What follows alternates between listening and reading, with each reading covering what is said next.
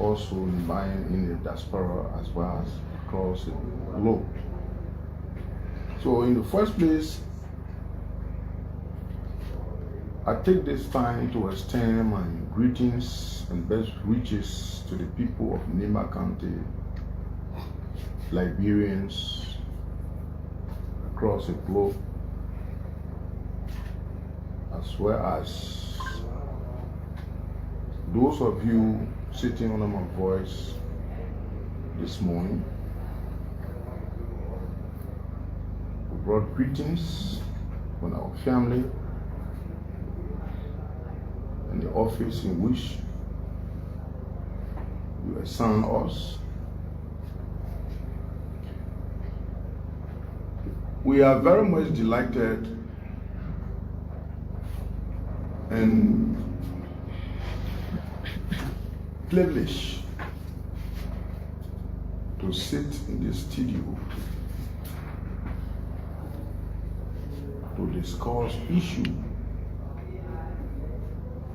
concerning Nimba, rumors, Facebooking, attacks, national issues, county issues, and etc. So I will seek the audience full attention, the listening audience, and member of the full estate, so that I will be able to outline some of those conversations that we'll be having this morning. Okay. What had prompted me to have come is because there have been a lot of propagandistic tactics against me on the Facebook. Those who are financiers induce others to promulgate negative messages about me, about what I don't say, and how they feel, and how they want to protect their jobs. Personally, opponents will say we regretted why we elected Samuel Koga, and I tell them, say, why you are talking about being disappointed in me, God reposed confidence in me to serve the people of Nimba County as a senator. But one thing people don't understand is that I'm an extrovert. I'm not an introvert. Somebody who cannot be impregnated with words or things whenever they unfold to enlighten the minds of the public, because we are public servants. And I want to also dissect or dichotomize the issue of lives. We got private life and we got official life. And the two lives are unparalleled. No interfering. So, if you think Samuel Koga, because he's from Nimba, and somebody is in government also from Nimba, when things happen in government,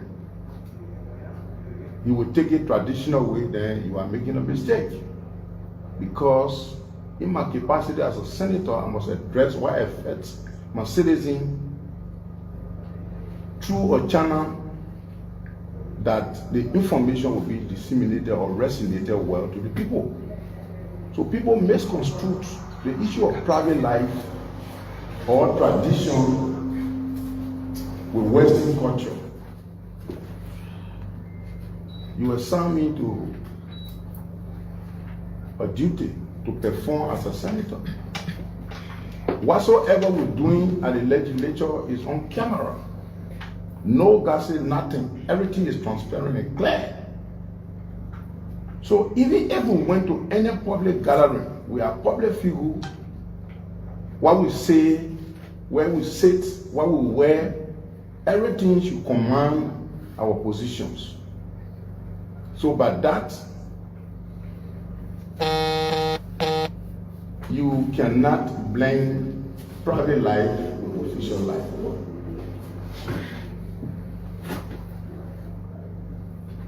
Issues that bringing about disunity among citizens of Nimba derive from the youths that are engaging in Facebooking and those that got jobs from politicians. And I will give you empirical facts about the instances I mentioned, or instance I mentioned. We also have issue that we're going to discuss that has to do with people who always say the VP made me. I'm ungrateful. I'm going to address that. I'm going to address the issue of the superintendent of Nimba County role she played. We consider her as a mother of the county, but now satirical that she will be on Facebook to address others. Then she will find it difficult to do her work. Her duty is to ensure any of the brothers or leaders from the county serving as a superintendent to mitigate. I will discuss that also. I will also highlight the issue of posts, including me, Madame Gonglo Wei, Councillor Yelu, Minister Women Pay, and others that were posted by Armstrong Zoagle Toma.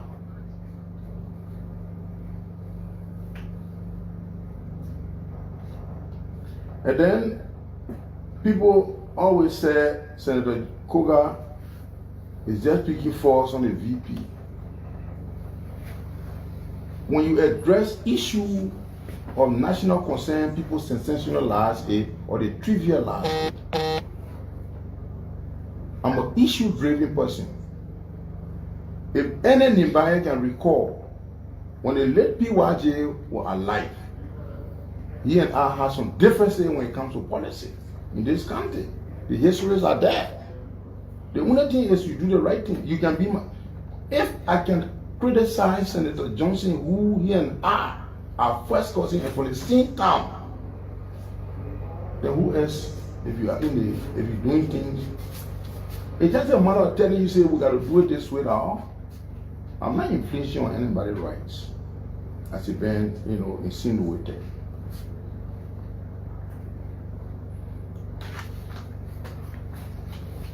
We got a few names that we mentioned lastly who are engaging, attacking me personally from the VP office, official staff, along with other associates that he gave them job. The records are all there. Then I will be discussing the issue of Madam Edith Gonglo Wei when she visited the vice president's house prior to the election that was held between she and I. She had gone to greet the vice president and to also tell him that she was going to contest. While in the conversation, one of the staff or associate of the vice president took her photo, immediately posted it to the public that she had gone to beg for money.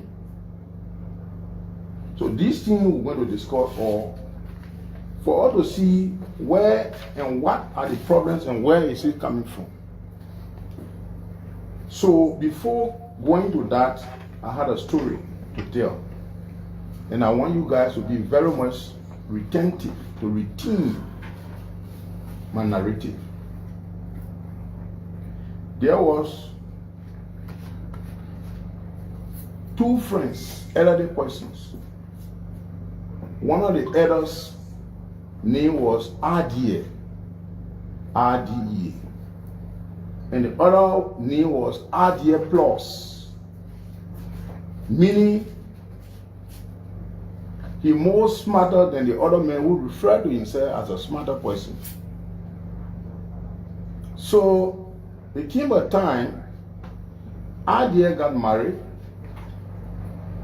impregnated his wife, and the wife delivered with a girl child.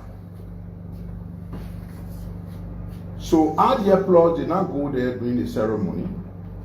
But he heard it because there was message conveyed to him.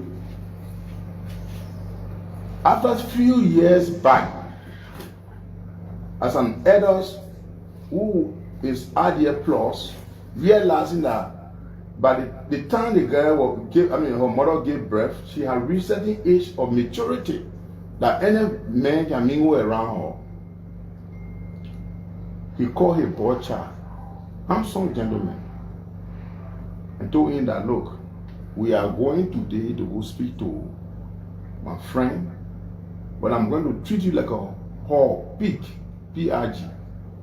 I will put you in a Kenya, tie you, and then put some chocolate around you, and present you to my friend as a soup for her daughter, since the deliver with her had not seen off. So the son agreed. And he told his son that the intent is, I want you because this old man, my friend, say he got more idea. But he had kept the girl in an isolated area where only women can go to see her. But the intent that we carry is, when we succeed for you to enter the fence, when a woman losing you and see you, to fall in love with her and impregnate her. To prove to him that when you say you too smart, there are people smarter than you. So they went. When they got there, he introduced the Kenya. And then his friend never hesitated. He said, you're carrying it to his daughter because I his friend. Dude, they took it, carry it and put it down. In the evening hours, around 7, going to 8, the women that were there asked her that you should go and loosen your Kenya. She went there, loosen the Kenya.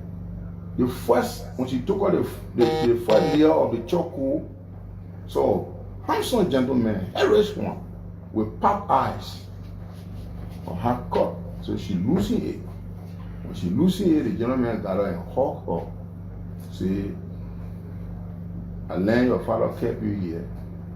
And as beautiful as you are, you need a partner in your life. She was so excited. He took the lady took the gentleman to her room. They spent over a week. The father can't go in the yard easily. He doesn't enter the yard. But as far as he's concerned, no man should touch the daughter because he's too smart. So the gentleman impregnated the girl. After she got impregnated, the guy left unceremoniously. He went.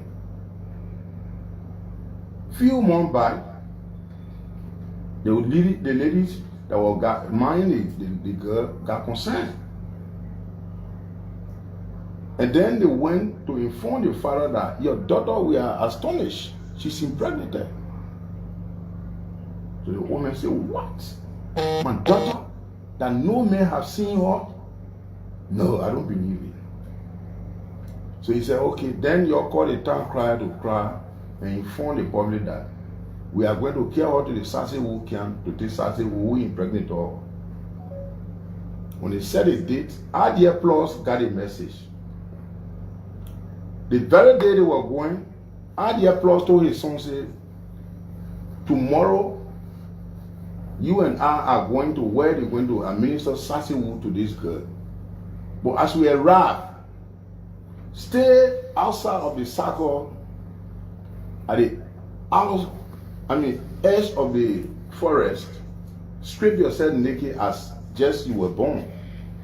So as soon as they put the girl in the circle to ask her to take oath, immediately she jump from the bush and just run and jump over her with your nakedness and pass and join the other bush. The other result we will know. So when the girl sat in the circle, when the people were prepared now traditionally to administer the oath, the guy just jumped from the bush with a nakedness. He jumped over the girl and jumped in the bush. So everybody was astonished. Say, what is this? How can a gentleman, is he a crazy person? People were murmuring. So they focus on the girl now. So the girl said, well, you people are telling me that I should take Sassewu. I agree. But one thing I want to tell you here is, with the exception of this gentleman that jumped over me with a naked neck, I have never seen any man naked neck beside me. And how she was free from the Sassewu. She was saying that people never knew the content. That was a very gentleman that impregnated her. So for the Sassewu to free her, she told the people that I have never seen any man naked neck in my life except the gentleman that jumped with his naked neck. That's how she was free. I'm saying that to say that in life, do not underestimate anybody to say you're more smarter than everybody. When you see that you're smart, the idea you're trying to project, other people get more idea than you. Even they were born before you and smarter than you. That goes a story. Now,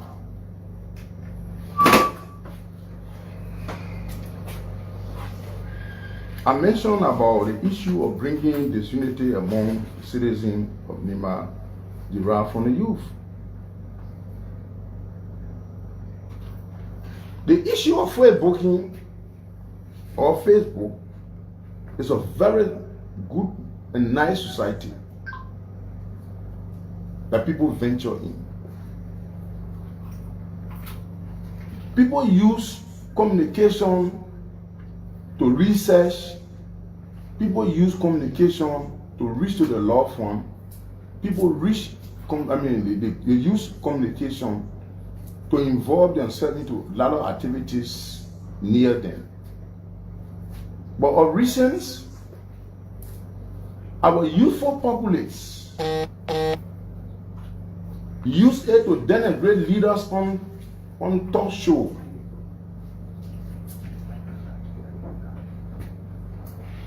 They use Facebook, calls, and other things to denigrate people on Facebook. And some of these youth are being used by politicians. Quote me today.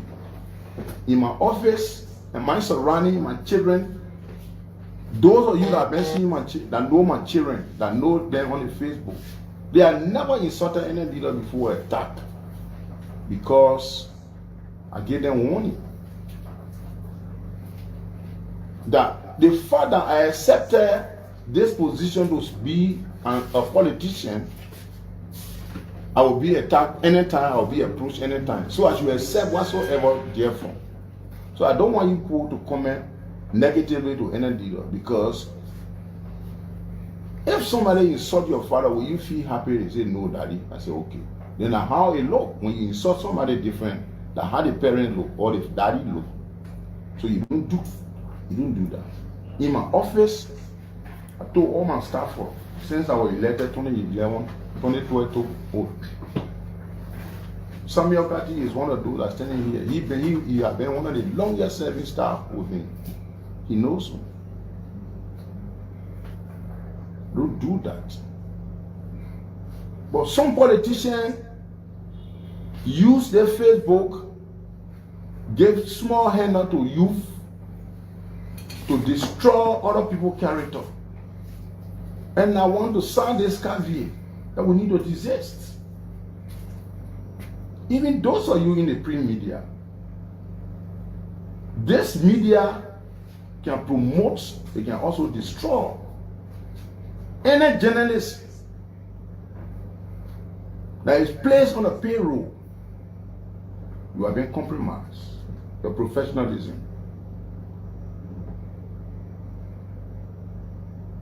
Whenever you are a journalist,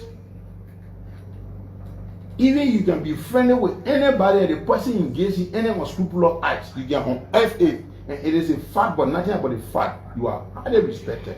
Even the person you discussing the issue about respect you. But once you receive cadeau, your professionalism has been compromised. And you guys need to help this system. I'm not lying to you. Say tomorrow, lead that thing. I will go on and read it when I sit on that platform. The way I will shape it, everything the public will, I will shape the public against him. And you should know that this finger, that 5 finger, when you show him 1 to 1 person, the rest of the 4 going back to you. Your conscience can tell you, say, what I'm doing is not good. So we need to desist from this thing. We need to discourage our youth in this country, in Liberia, to start posting fake information, insulting leaders. They put photos together and said, Manangonglo, Councillor Yelu, Minister P, and Senator Koga against the VP. Those kind of publications, I want you guys to look at it. Perhaps some politicians will want to use we children to gain sentiment. Say, oh, why would people do this to the mayor? I want to denounce it here that it is false, it's a blatant lie. At no point in time that these personalities mentioned and I have sat to discuss anything concerning the vice president. Yes, Manangonglo and I, after the election, we have spoken. We talk. How we can work together. She's my big sister. She can share idea with me. And my concern to her is that a lady that have contested in election 4 times, how can we make her to feel proud? Can we find a job? This recommendation will ban on it. The fruitless. Garrison Yelu at the GC as chairman, who was legitimately appointed, subsequently confirmed, was sacked unlawfully on job. They took the matter to court and they won the case. Some of the colleagues that day and then went to court have gotten their money.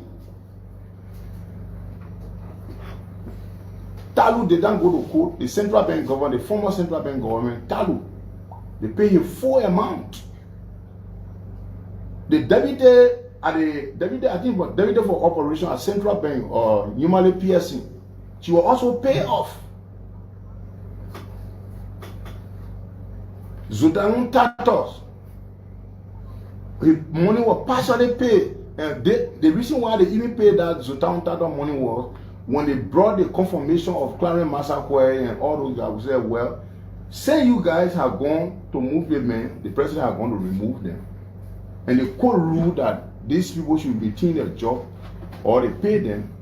You're going to pay the money before we confirm you. That was the condition in which they were confirmed. So if these people have paid our brother money and not been paid, now that the president is not in the know, now that the vice president is not in the know, they are all in the know. I approach them on it. As we speak, do they want Garrison to be roaming around? I'm a senator of the country. And these are my citizens. If I don't talk for them, who will talk for them? Then when I talk, they say, Koga want to bring confusion. It's not confusion. That's my full responsibility I was elected for, to advocate on behalf of the people. And I'm still on the issue. Minister Pei was dismissed from the government, even though the Constitution provides that anybody that is nominated, subsequently appointed by the president, is at the will and pleasure of the president. But equally so, it's a character driven. You can't look at somebody who has built their character over the years and dismissed without giving account to the public. How will he get faced in the public? Then some other people from Nima youth put on the Facebook, we want people like me, man. You never used to give you me any other person. But at least he qualifies, he's a competent in buying. that was recognized by the government. It's of pride. Now what he will give you, these are the messages they permeating all over. We meet, I discuss with them.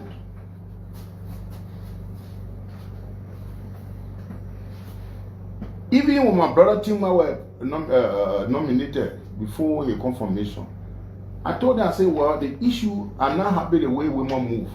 But equally so, I'm a senator and the man who is nominating is on Ibayan. I cannot stop him. And we went through and supported a confirmation process. He confirmed today. Tima is one of those that he and I interact on a daily basis. I don't have no problem with him. So all these individuals, Musa Berete. Musa Berete is a representative, but he got connected before being representative. He got assets. As soon as we heard that Musa is trying to contest for presidency, all his assets, they begin to strangulate him out of business. I should not talk here as a senator of the country. Why the Sudan Musa is a representative? Equally so is my citizen. You got to address a concern. These are issues that people looking at say, this man want to create problem. One of the crimes I ever committed is to talk about all the in the country. Equal work for equal pay. One of the major crimes I've ever committed in the hands of people they giving money to insult me, to denigrate me on the radio, including some journalists, is the audit report. You see a bad thing? You see today people praising the superintendent. I think all of you, she have been receiving a lot of commendation to have stood and ensure that the audit was conducted. Because what will happen in the future? You know a bad thing? The money we're talking about, the reason we're talking about audit, this God-given mountain that you see they call Monunva, the shape they were in before is no more. It's being defeated. What will we show as a citizen of the country who are in a leadership position that make these laws?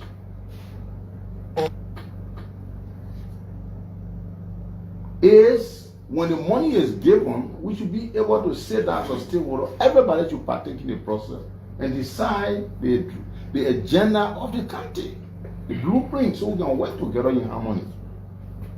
Simple. When that is on, I don't have problem. You see, when you are a leader, you must always set example. Mr. Osono Gompadan, he has not done anything in my office fishy. He's a very humble gentleman, respectful person. Based on his attitude and the way in which he worked along with me in the electoral process before even the election, I felt that he's a young and brilliant guy to work in my office. But previously, you were working with the PMC.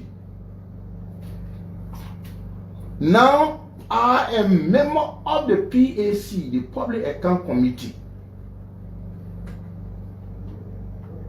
And then Osono Dan is my COS. His name is mentioned in the audit report. He needs to make himself clear. You know what compromise position? Corruption is not only to eat money.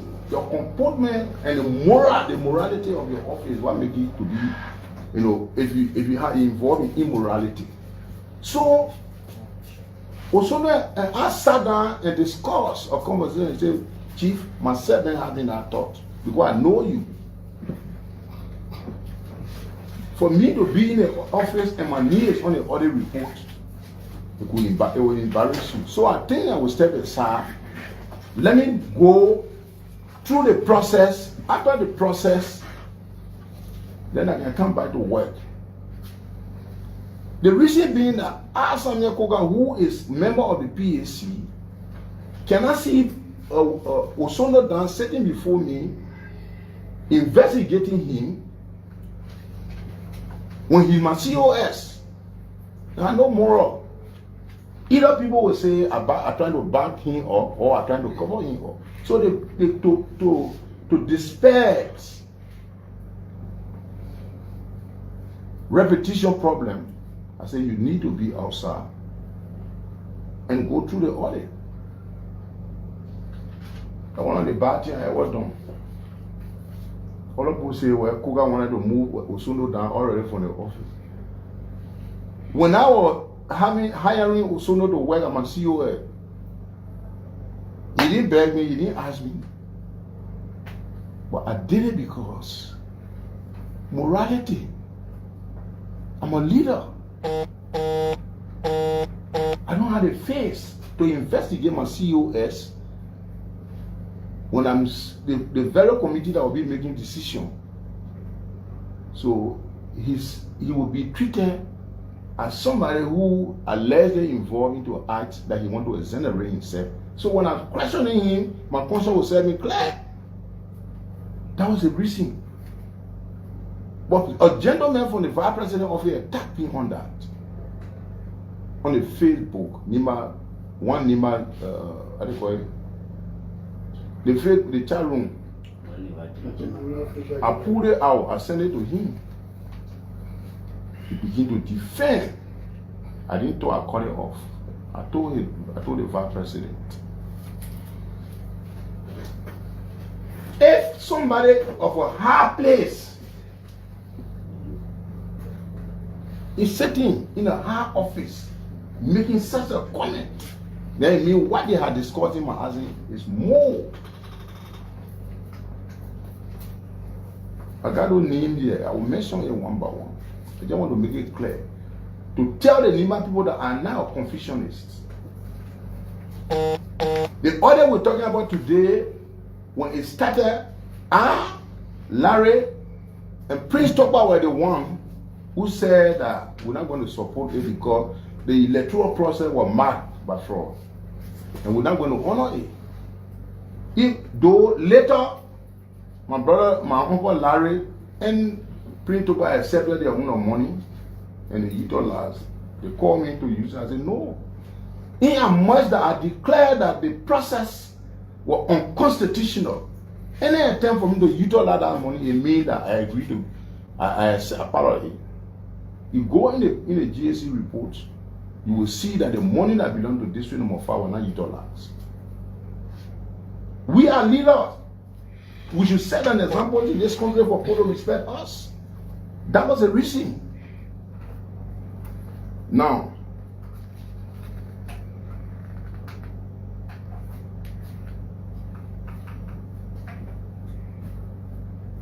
people, I don't know where they get addiction from. I know there are street talk. Because I don't find it anywhere for somebody to make somebody that me. The vice president made Koga. Koga is ungrateful. Can human being make him? Except he take genetic and put together scientifically to create artificial human being. Only God, our creator. It is an insult to my personality for somebody to say they made me. In the first place, all of you that are sitting here, by record, 2033, I was in the ring and song in the principal street of Uganda campaigning for Unity Party.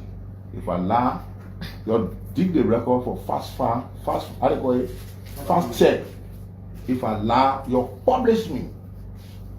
Let the world know that I'm a liar. I didn't even stop there. I went all the way after my campaign. When I won the election, I told Unity Party election on my head from district to district. I was on my way to Tapeta when my stepmother died. And the people were calling me that I should go back. I said no. Maybe that God says I don't have time, but we are on a national duty. We went Tapeta. Don't Greek was there. And others. We did all these things. I never got a far-rate dollar from Unity Party to campaign for them, except during the runoff, things were a little bit tough. I said, well, I don't want to lie to you people. You need to at least give me a little cash to add to what I got. I'm constrained to do it because normally I don't help people for money or for pay. There's a lady that works in the president's office. She prepared a document. And the vice president is aware of what I'm seeing. They gave me 7,000 United States dollars. That was the only money I received from Unity Party. And I utilized it for the internal purpose. When they were attacking Zwale, the vice president now called me and said, Koga, you the only person I depend on to go in the Tabadan region to join Tuan and Kobakura. I beg you, if you're doing any other thing, leave it. Today, Koga is ungrateful.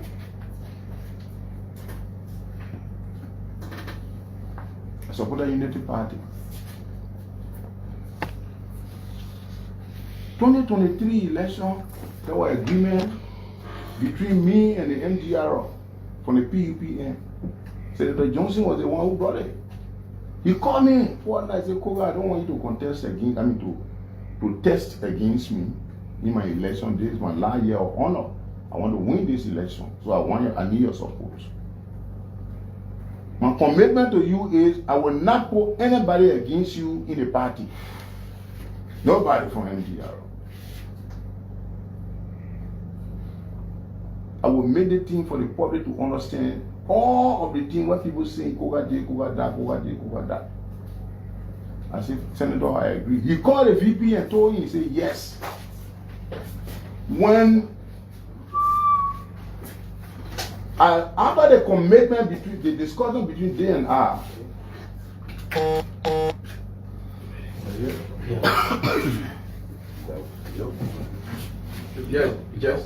after the commitment between they and I, or they and myself, I went to Radio Voice of Compa. It's so good, really, going one day is here. That was the time I declared open support for the Unity Party. I want you to fact check what I'm saying. After I did that, the vice president went on his post, on his Facebook post, and congratulated me and highly appreciated me for what I have done to stand by him. The second person from the hierarchy of Unity Party was Amos Tue. He said the third popular person in Nima had declared his support for Unity Party. So we got Nima. The records are there. We went through the process, they won the election. So I supported them. Unfortunately, when Senator Johnson died, the Nima board decided to repose their confidence in me. So the vice president reciprocated. What are the good I did for him? He went everywhere to campaign for me because he felt what I've done for him. I have given him opportunity that he had never gotten before. I never bragged what he already wanted. To the extent the Congress for Democracy Change, CDC, went to my house with a group of gentlemen, prominent sons of Nima, and other government officials from the CDC to my house. They brought in a pickup to use it to ease my campaign for them with 200,000 United States dollars. And I told those gentlemen, I said, look, let me tell you something. I don't take my yes for no. The vice president, the person who is contesting as vice president from Nima, Senator Johnson is my cousin. He has approached me and I made commitment to him already. Any attempt for me to cheat it, then I'm untruthful to God. Please forgive me, I can't do that. But kind of race I took. When people say that, they say, we make Koga. They insulting me everywhere, making me to look unpopular, paying radio stations to denigrate me. Say Koga is ungrateful, we made Koga. Nobody made me like God. But the effort I apply when you do good, and it's all to pay with good. You can pay good with bad. So because my mother's sick, then the daddy tell me to slap her before he treat her. Not because you supported me, I supported you and you supported me. But when anything is going on in the government that we all supported, I will speak out. Because I was elected to talk on behalf of the people. So I want to make it clear to the, I will speak later, I will speak guilt. Because I want this thing to resonate everywhere in Nima County. The rumor getting too much. People paying people. People that are in authority now are the ones that using the coercing them. That anybody that Koga call for meeting, you go there, will sack you. Is that the way we're supposed to treat each other? Is that the way we're supposed to treat each other? Then I talk, people say, I talk as I want to go to elders. Where? Where? Where? Where? 4 times I asked that question. Where?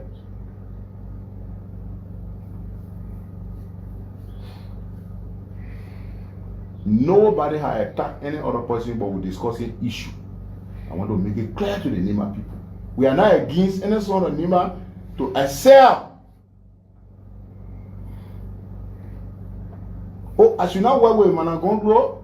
They say I'm crying. I should not enter our timber. They say I'm crying.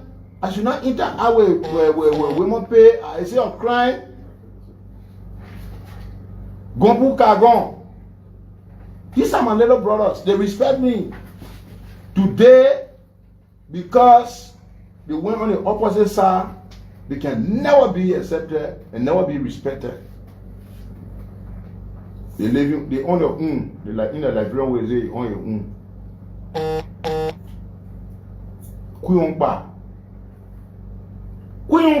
Anthony Kuyongba. You see, one thing we need to look at in this country is people are short-sighted.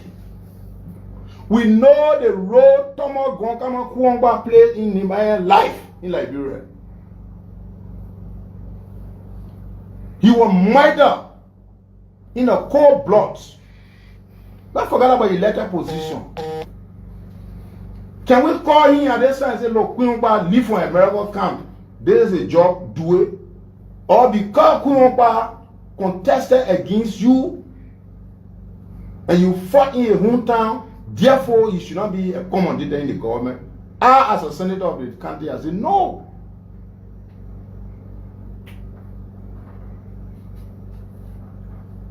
These are some of the issues you're hearing here and there. The issue of the superintendent I talk about, the superintendent, she's a very bright lady. She balances in terms of mental age. Chronologically, she's not near me. Mentally, she aged. And but the position she got is very big.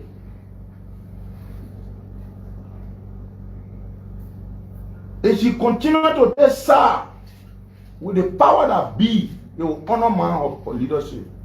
And some of us will not accept it. I can tell you for free. You can say as senator, you say, I will throw jazz at you. I will only focus on the vice president and tell you, say, I will work with you. No way. I don't take my year for no. I'm not against her. Traditionally, she's my mother. I'm a woman. She's my mother. And at no point in time would I ever disrespect her. No way. Recently, she myself many times. Jovially, we were joking with her and we share joke and things. I said, man, I'm not against you. He said, no, the way you can be talking. I said, no, I'm not against you. Yeah, you don't understand me. You're my mother. But you have to play the moral role. You take it, sir. Look according to graduation, the post he made. Who talk about that degree business? Then you say my pin with my chest pin with John Ward. All kind of things you put there. You the mother of the country. Man, if you hearing me, stop. Whenever there is a situation that you hear from either of us, take your telephone and call.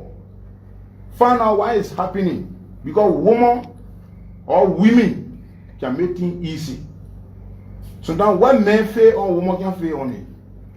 Most people say she's my mother. I can't say no to her. The only thing I want to tell her is that she should be balancing the process.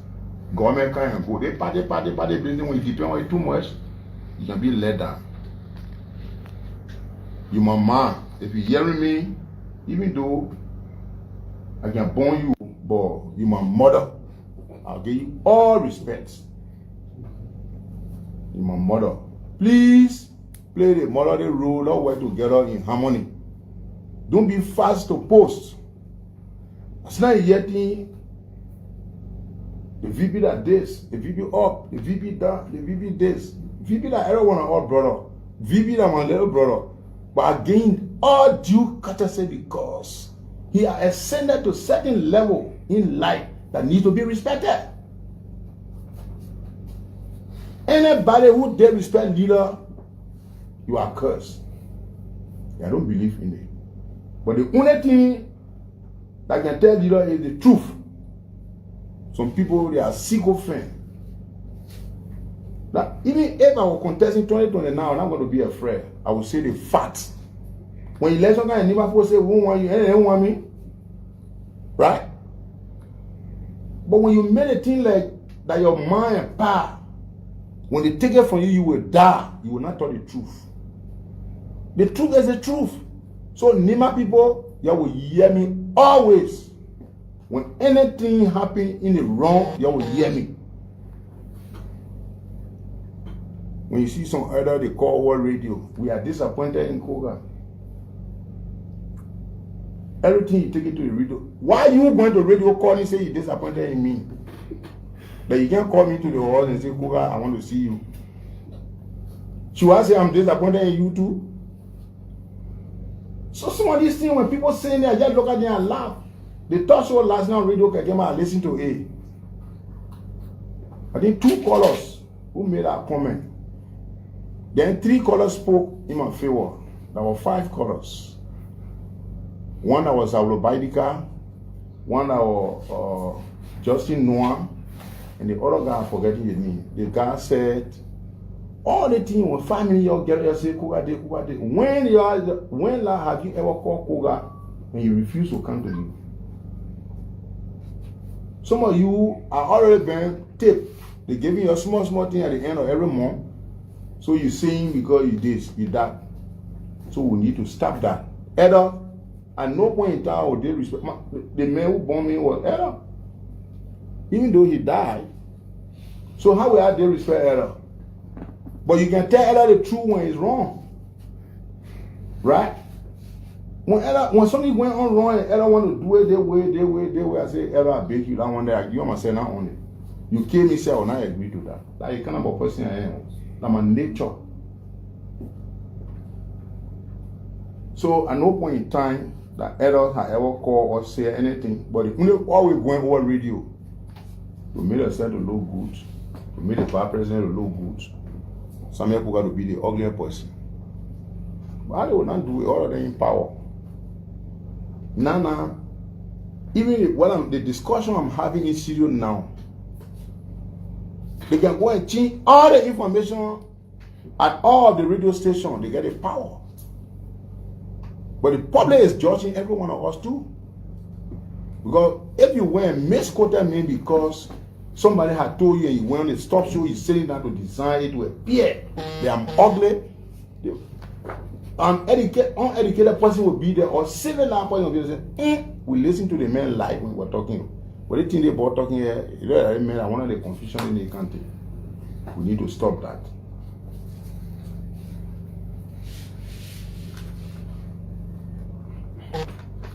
I got 3 more minutes. Then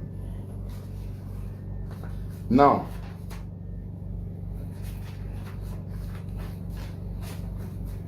I challenge the office of the vice president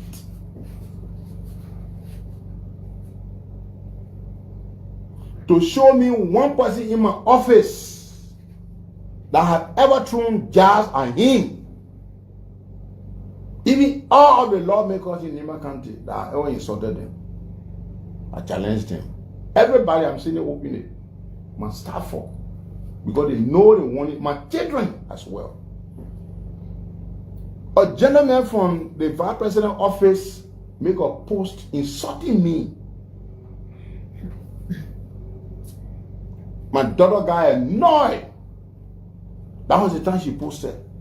She warned him that the next time you insult my parents and you pour more on my parents, I will take you to court.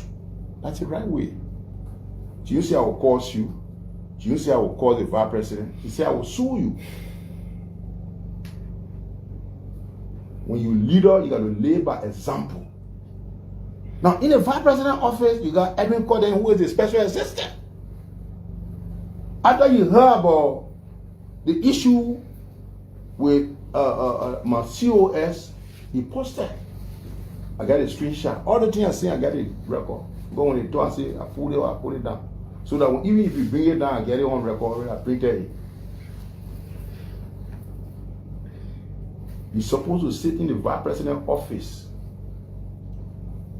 to know what is going on in my office. It means you are a spy. The fact that you're making those statements that is not coming from the office, but you're trying to portray the office on the Facebook to appear ugly. I told the vice president about it. Joseph Wongbe,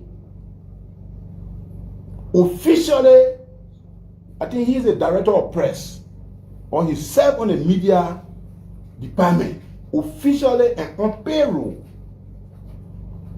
He went on his page. Pierre said, now discuss about cardinal graduation. I never told him say I'm a good singer. I never told him which university I graduated from. He got all, he started denigrating me. They want jumping over bring anybody that they call now a trouble at in the country. Yeah, mercy. Yeah, some people jumping over by the rope.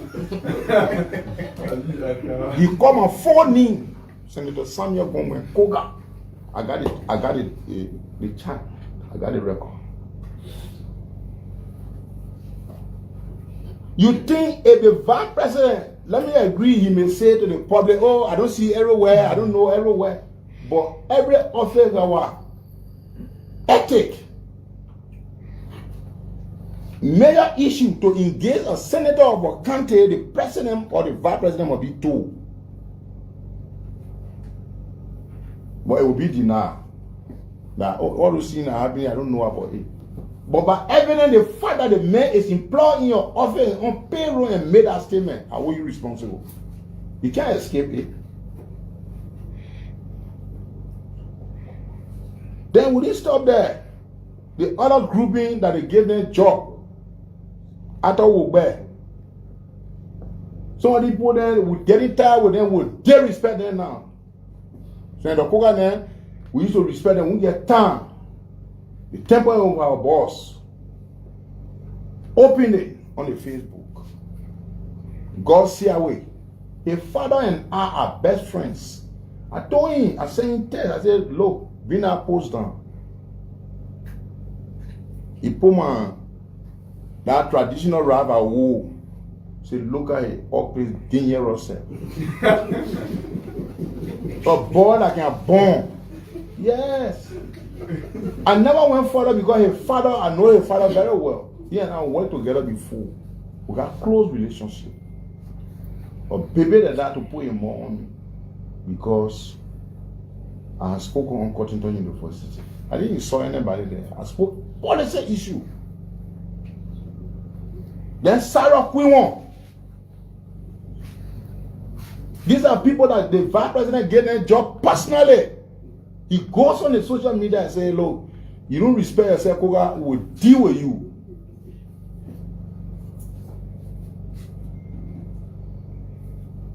Then you look at somebody. Now, for example, Chester Dolo. He was officially employed, appointed to manage this identical radio station that we are speaking from. He was opportune, either the county resources carry him for study, but whatsoever the resources coming from, we don't know. But we're happy that he one of the sons that have gone for further study. But for him to sit to where he's learning and insult me on the Facebook as well. And when he how do you call it? The inbox. I said, my man, what right? You fail to realize that your son? Hey, my man. He's always attacking me. Then you got Alfonso Cotto, who was one of the presidential appointees that through the instrumentality of the vice president, he got that job.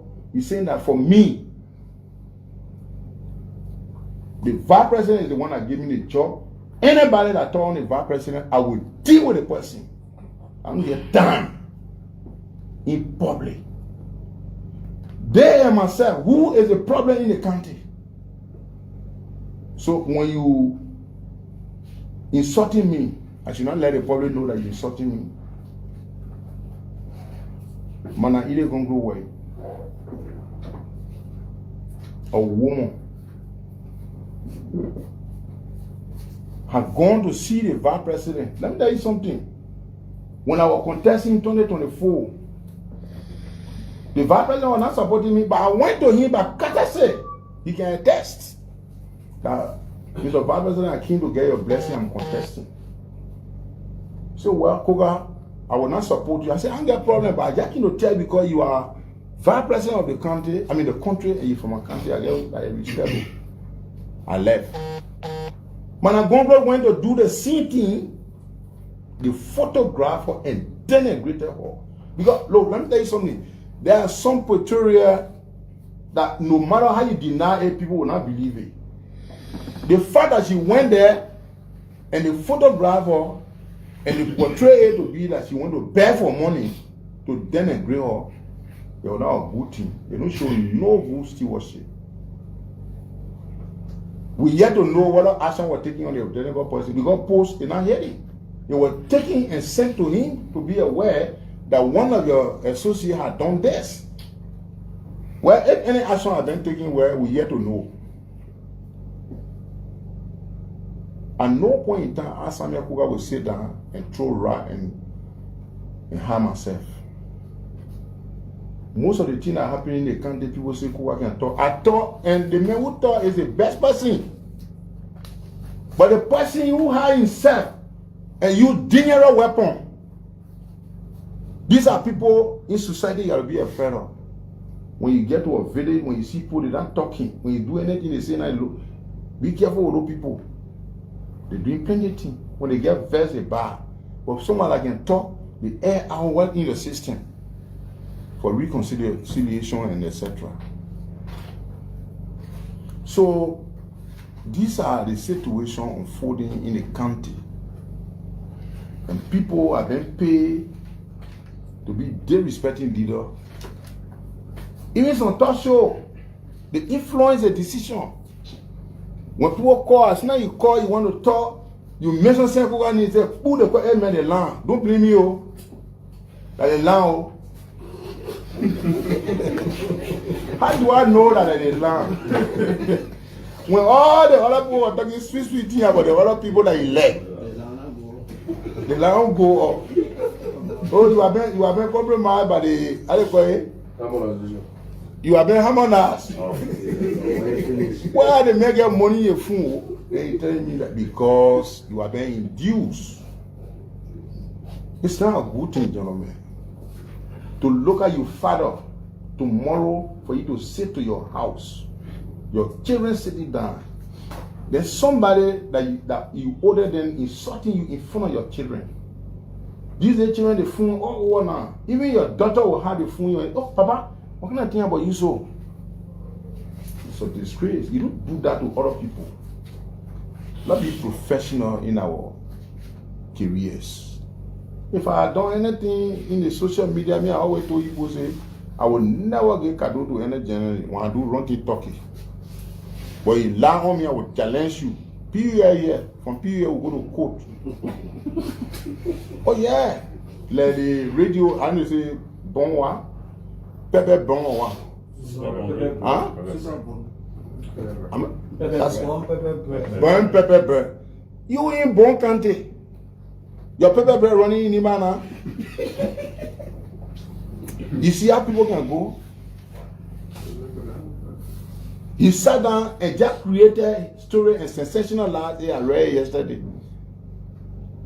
Bigger regrets in electing Senator Kuga. Never citizens crying, complaining. Who are the citizens?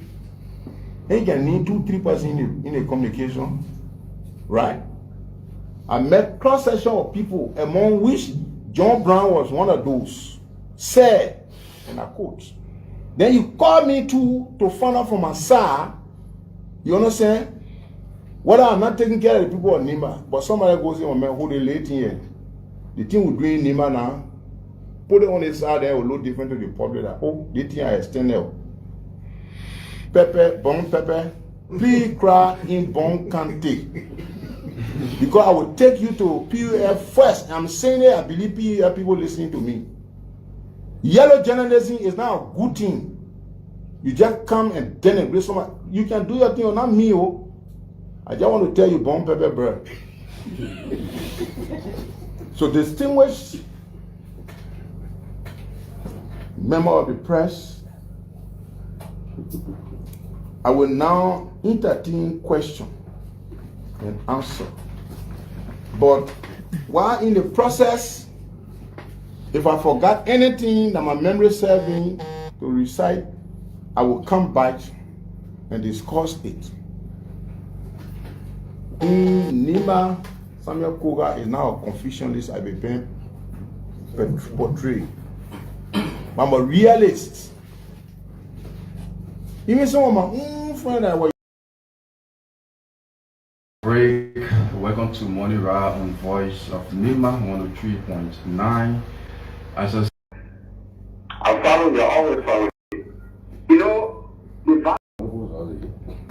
this person. Thank you, Justin. Thank you, Justin. I want to take the position as a leader. So I want you to understand. Hello. Yeah, good morning. Good morning. Yeah, my phone is Chairman Nito and Swan. Okay, let's hear from you, Chairman. Okay, I will take this time to tell you. People are giving us belief or reason to believe that something is smelling, and they keep using air freshener.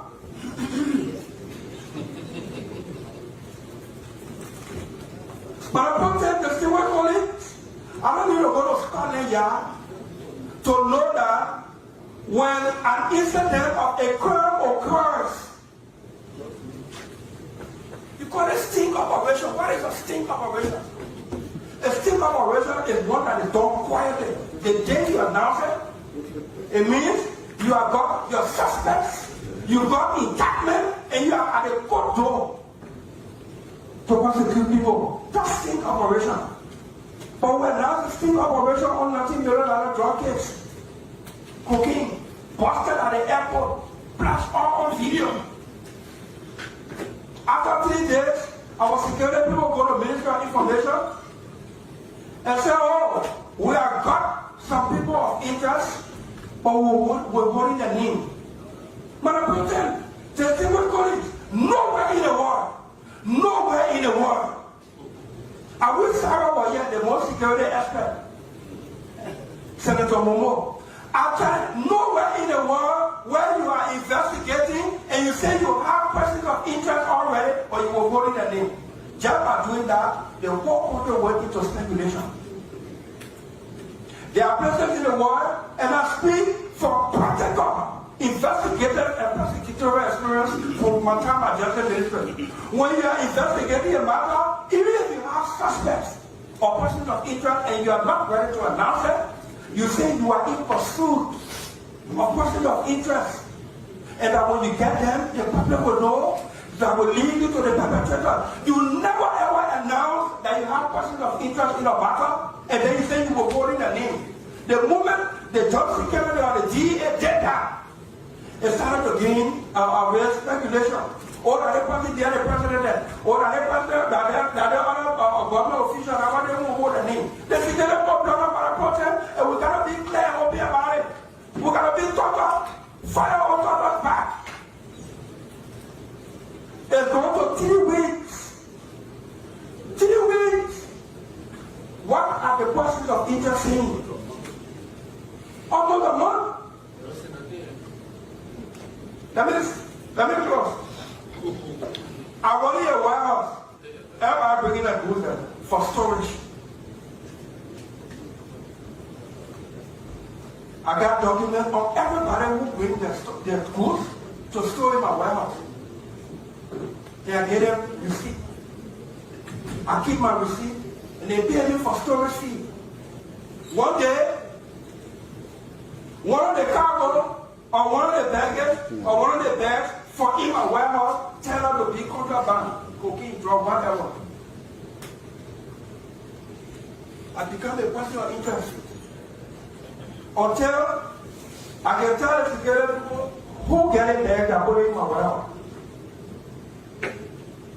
Once it is clear that the person bought anything and put it in my warehouse, and my warehouse is stupid, I can tell people goods, they pay me, I keep that goods, they come for it later on, get the transaction, the high it can be, you move it for them. If I don't say who goods there, they're not my goods. You got my warehouse. Nobody bought Russian. Nobody Chagay. I get a key, you entire. What that bag come for in my warehouse? And I can't say who that bag for.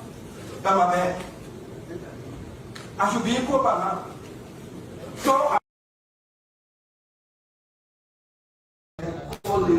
I want to take this time to specifically thank the 2 senators of the Western region who brought this issue to plenary. I want to also thank this government and the leadership of the security whose work kind of gave Liberians hope in the fight against drug. Because I recall a few years back, I lived in Pinsfield, right in my immediate community. You could count a number of ghettos. And whenever we as parents, residents of the community, went out to speak to some of the suspected dealers who were insulted, who were threatened, about a year and a half back, those situations do not exist anymore, for which we started applauding the leadership of this government. But Madam Protem and colleagues, this 19 million worth of drugs and the ones that preceded it, if it is not handled rightly, the entire fight against drugs will be undermined. And it makes me clear that Liberian people will hold the leadership of this government at all 3 branches responsible. Because in every conversation, in every discussion, everyone believes that there are big hands behind it. The drug was arrested, as my colleagues mentioned, it's almost a month ago. I was one person that advocated that we should allow the security to work. Let's give them time. But time as in 1 month, this is unacceptable. We have to stand up as a government to make sure that this doesn't go down the drain like other issues in this country. You know, there's a belief that after 2 weeks, when Liberian will talk, this thing will die. And I believe this is the time that whoever the perpetrators are, they are blind. But my dear Protem and colleagues, I'm appealing that we should take this seriously, very seriously, in the interest of the future of our nation, in solidarity with the heartbroken mothers whose children are lingering in the street, bright children. I've been to ghettos and interact with some of the children that are called are called Zoko. You listen to them speak. You interact with them. Some of them are college dropouts. They are future of this nation that being destroyed. The drug is a cartel. It will fight back, but it requires equal or even more force to fight. And the more we delay with this thing, even this morning I was on social media. I saw smaller suspects being paraded on social media and arrested. What happened to 19 billion? Why is it so quiet?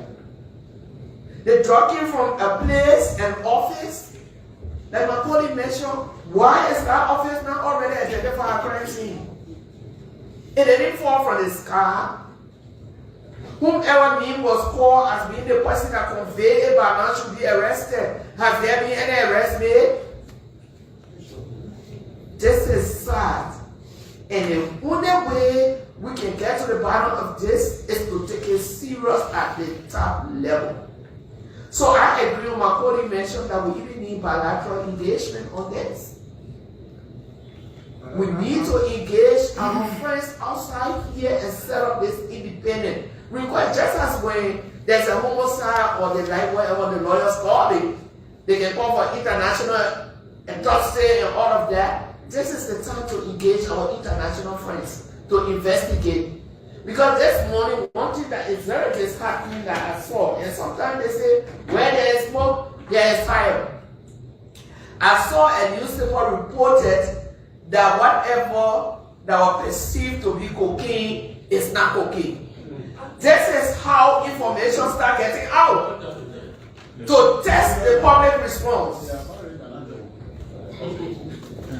To test the public response. This is already published in one of the dailies this morning. I saw it yesterday, right? I saw it, and it's a start to undermine this investigation. So, Madam Protem and colleagues, we shouldn't sit and act as though that this is only with the executive, it's with the entire government. So, what we can do in our role as legislators, as senators, it is time to really take it serious and don't allow it to die down. 2 weeks has passed, and trust me, this one, some of us will take on the legislative cap and join the ordinary people in the street to hold our very government accountable to make sure that this thing doesn't die down. So I just wanted to say that and to say thank you to my colleagues for bringing this up. We are all in this boat together because it's about Liberia's future, it's about our children, it's about the image of this republic that we have been trying so hard to rebuild. Thank you, Madam Protem.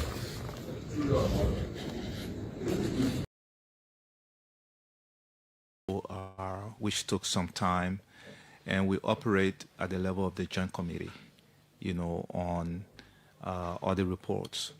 So, but we've managed to conclude the process for that. The big issue there was whether the GAC had statutory authority to audit the central bank that was supposed to be an independent institution. That bordered around both constitutional and legal matters. So our lawyers in the Senate and the House of Representatives have resolved that. The reports have been endorsed to include the central bank audit in our reports to the President with recommendations based on the severity of the Auditor General's opinion. What we are doing now is reviewing the recently released audit reports by the Auditor General, the revenue transitory account, the big discrepancy there, the raw fee highway audit reports, so many other reports, I think about 20 or more. Just today, we concluded a meeting at the level of the PAC leadership to start sending letters out tomorrow to institutions for the hearing. We are doing some of the hearings here in Monrovia. We're going to do some in the counties where we have audit reports for. For example, Bond Technical College has a serious audit report with, with some financial issues. Nimba County, the way the county fund was managed, we want to do the hearing there, as well as Grand Bassa County. So So that means you want to decentralize the precisely, hearings. we want to decentralize the hearings, the ones that have to do with big national issues like the revenue accounts that the commercial banks were holding and the GAC fund to be really bad. We want to hold those here, and the ones that have to do with money and that were spent in counties but were allegedly abused. We want to hold those hearings in those counties so that people can participate in that. Senator, so you're a member of the committee. Do you think you've done very well? Because the public doesn't think that the legislature has really helped very well in this fight against corruption. They don't see your hand in the fight, especially as let them be audited first. It's the first thing they throw at you all. Well, one of those I still think the legislature should be audited. I think it's good for our collective integrity. But why can't you agree? Senator Okone agrees. Every senator you We've made speak our with representation. I mean, we've made our representation agrees, in the but Senate, everybody so- individually agrees. Why, when you come together, you don't seem to be Well, able I to? have made it whilst we are together. So yes, some legislator may want to do it for the public learning or something like that. But I have said it in the Senate as well as publicly. But having said that, Julius, I think yes, I agree with my chairman. I'm a member of that committee. I think what people have to understand first is that these other reports, like the previous reports the committee have looked at, are other reports from the previous administration. There have been some conflicts in the execution of those reports. There have been times where the Public Accounts Committee have been sidelined and reports go directly through executive action, which is, of course, against the law. Other reports, the law says the GAC reports to the legislature. Now, you can copy the office of the president, of course, but the legislature will review the report and make recommendations.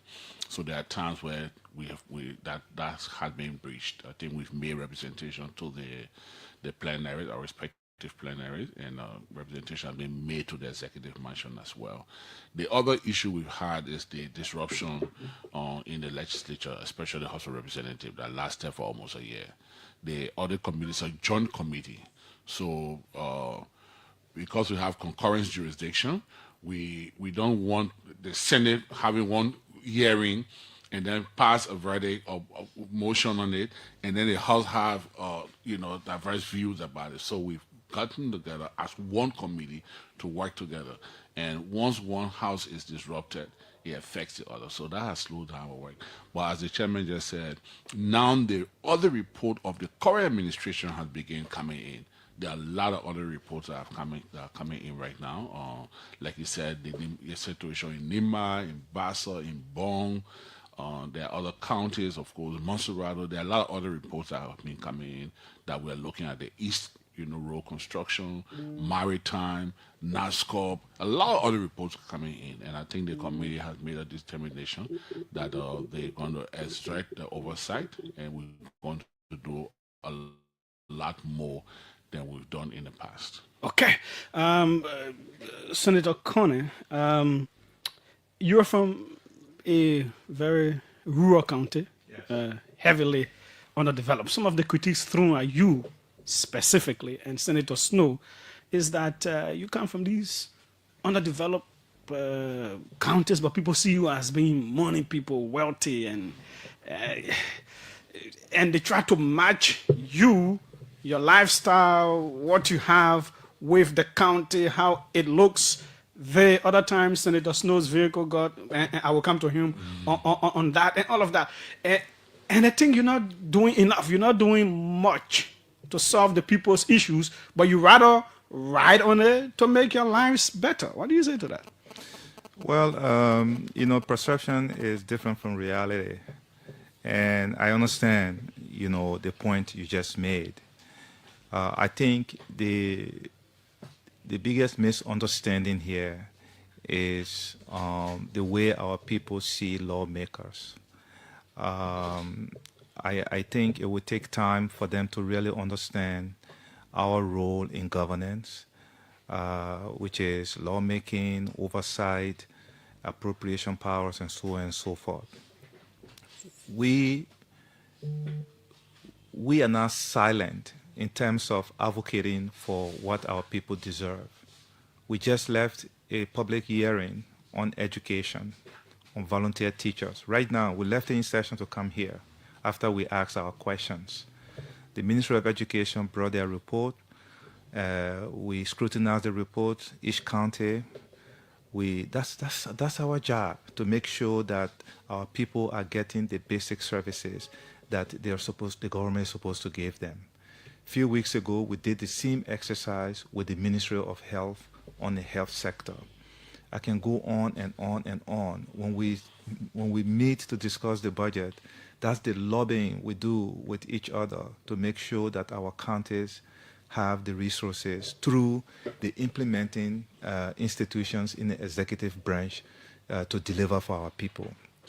But what I see here is that when people elect us to come to Capitol building, they actually expect us to personally, fund these basic services that the government is supposed to fund for them. And that is why they blame us for everything. But in reality, when we appropriate more than 100 million to the education sector, when we appropriate more than 100 million to the health sector and so on and so forth, we are appropriating money to the President of the Republic of Liberia to spend on the people who elected us to come here into Capitol building. But our people don't see it that way.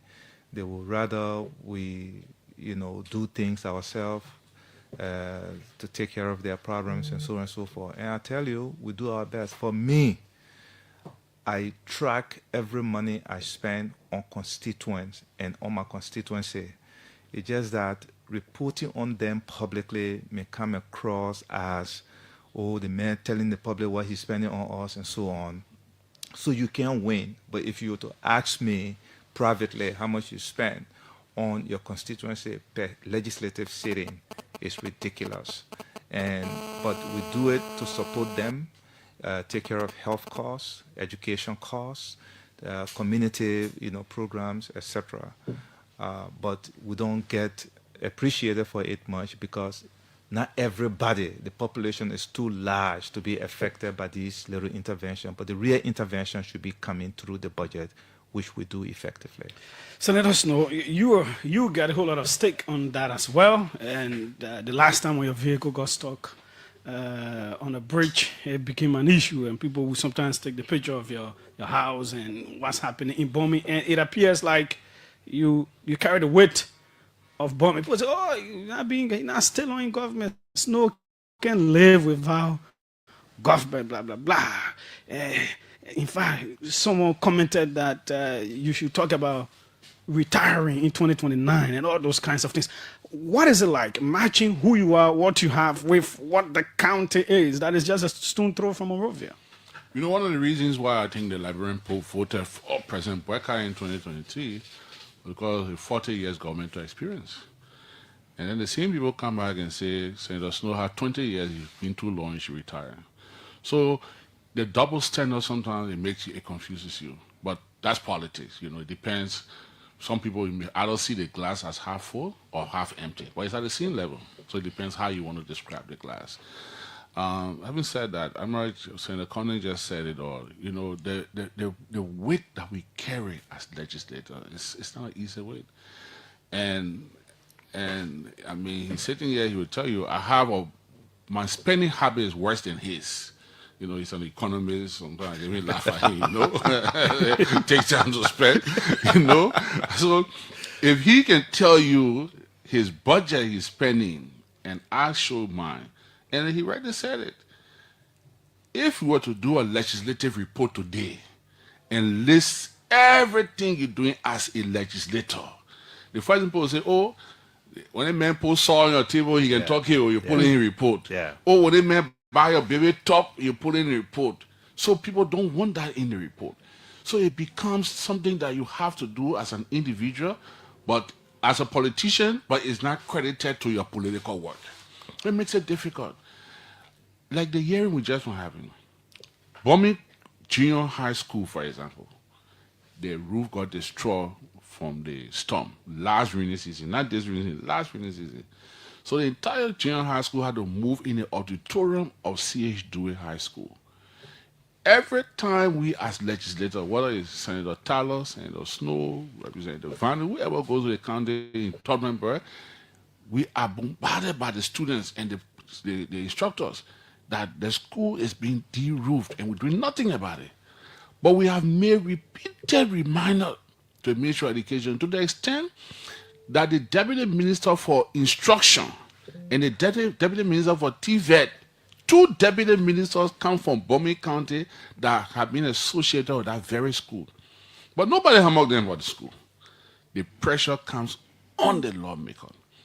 So the work we do, Julius, and the thing about it is that maybe when Amara was running, I don't know how many persons ran against him. So when I was running to be senator, we were 5 in the race. We're 11. Okay, they were 11.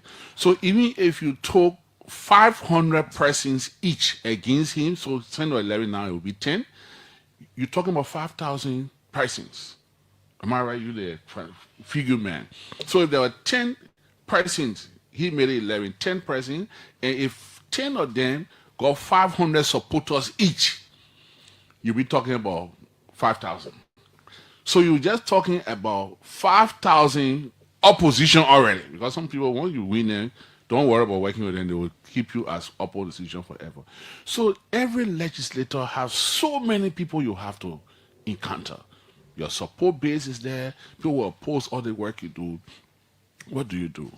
It's like you're a doctor in the town and you a minister and everything. People say, oh, all in the town go to school. Why when the doctor in the town? But that's what he chose to do. So if you are a politician, what do? Do you now say, oh, because I'm a senator here, like in my case? So let me bring you back to the school. The people expect you to use your oversight, which we've done, to ensure that the ministry or whoever is responsible goes there and roof the school. Which we've done. The matter of fact, to the extent that I went to that school one day and volunteered to roof the school saying it was being delayed. The Deputy Minister of Instruction, you can open the line, the people from Birmingham will call and tell you. He went there and told the people, you're not allowed any opposition, any politician to come here and do the project. Government come in and do the project next. And you seriously? said you said it just now in front of him and didn't deny it. I said it in front of him because I'm seen as an opposition senator, and he doesn't want me to take that credit. He called the students and the administration and said, don't allow any politician to come and roof this school. Government coming next week to roof the school. It's sent last year. Wow. The school is still not roofed. It's still not roofed. So you go there and volunteer. The instructors are afraid that they have a mandate from the deputy minister for you not to do it. So they don't want to be, they say, Senator, you won't do it, you can do it, but we're not giving you the permission. God won't get you in trouble. So the school is still there. Today, as the minister was presenting on the floor, I called the school.